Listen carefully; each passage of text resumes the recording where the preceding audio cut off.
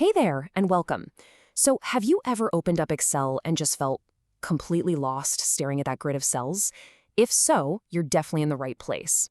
Today, we're going to pull back the curtain on Excel and show you how to take real-world, kind of messy problems and turn them into super simple, clean solutions. Let's jump right in. Yeah, trying to get Excel to do what you want can feel just like this, right? Like you're traveling without a map. You've got a problem you need to solve, maybe from work or just your personal life, but how do you even begin to translate that into something a spreadsheet can understand? It can honestly feel a little impossible. But here's the thing, and this is really the core idea for our entire chat today. You already have the most important skills you need. Seriously. It all just comes down to a little bit of planning, some math you learned in grade school, and just understanding the basic logic of how formulas work. Stick with me, and you're going to see just how powerful that is. All right, so just like with any journey, the first thing we got to do is understand our map. So let's get our bearings and take a quick look at the essential landmarks on the Excel screen. Okay, so right up top, you've got the ribbon. That's where all your main tools and features are tucked away in different tabs. Just below that, you'll see the formula bar. And trust me, we're going to get real friendly with that bar in a minute. The main area, of course, is the grid of cells, rows and columns. And then, way up in the top left corner, there's the quick access toolbar. It looks pretty small and unimportant, but it's got a secret power we're going to unlock later on. Okay, map? Check. Now we need a compass. And for us, that compass is the formula mindset.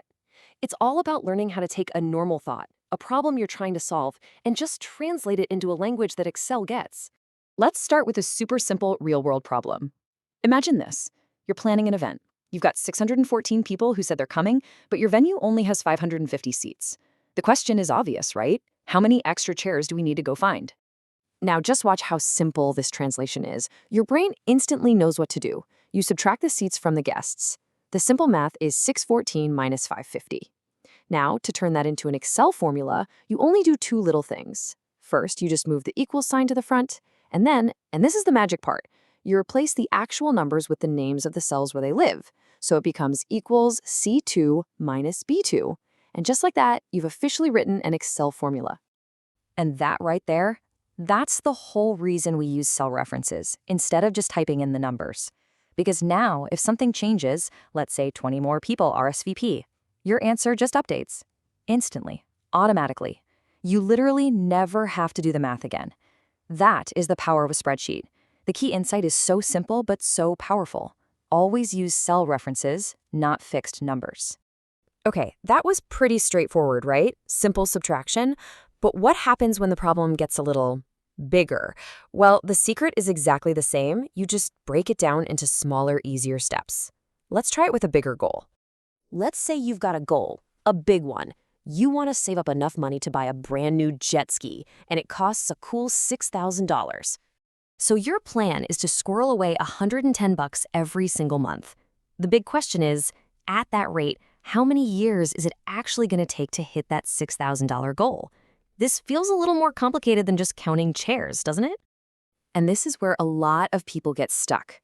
They try to build some massive, confusing formula to solve it all at once. We're not going to do that. The strategy is so much simpler. We're just going to write two small, easy formulas instead. It makes the whole thing way less intimidating. So step one, since the question asks about years, let's just figure out how much we can save in 1 year. We're saving $110 a month, and we all know there are 12 months in a year.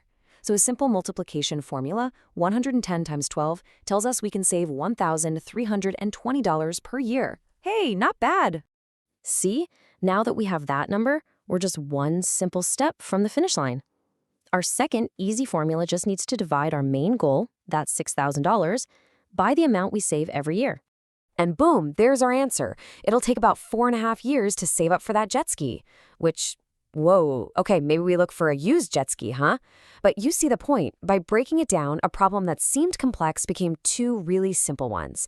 The big takeaway is that you can solve almost anything by just breaking it into a series of smaller, simpler steps. All right, you've totally nailed the mindset, you've solved some real problems, so now it's time for a little reward. Let's talk about a secret path that's going to make you way faster in Excel. Remember that little toolbar we pointed out way at the beginning, the one in the top left corner?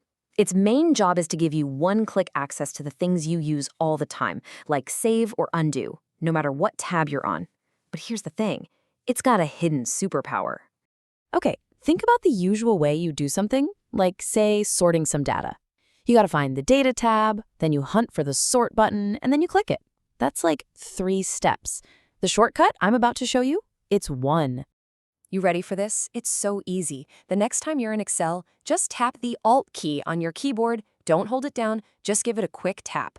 When you do, you'll see these little numbers pop up over each icon in your quick access toolbar. And that's it. That's the whole secret. The shortcut for any command on that toolbar is just Alt plus whatever number is floating over it. So if Save is the first icon, Alt plus 1 saves your file. If you add a Sort button and it's the 6th icon, Alt plus 6 will instantly sort your data.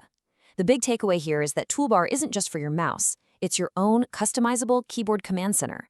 And the Alt key is literally the key to unlocking it. So it all comes back to where we started. The journey from a real-world problem to a working Excel formula isn't about memorizing a bunch of complicated code. It's just about remembering that you already have the most important tool you need, your own brain and your own logical way of thinking. So I'll leave you with this question. Now that you've got the map and you've got the compass, what's the first real-life problem you're going to solve with Excel?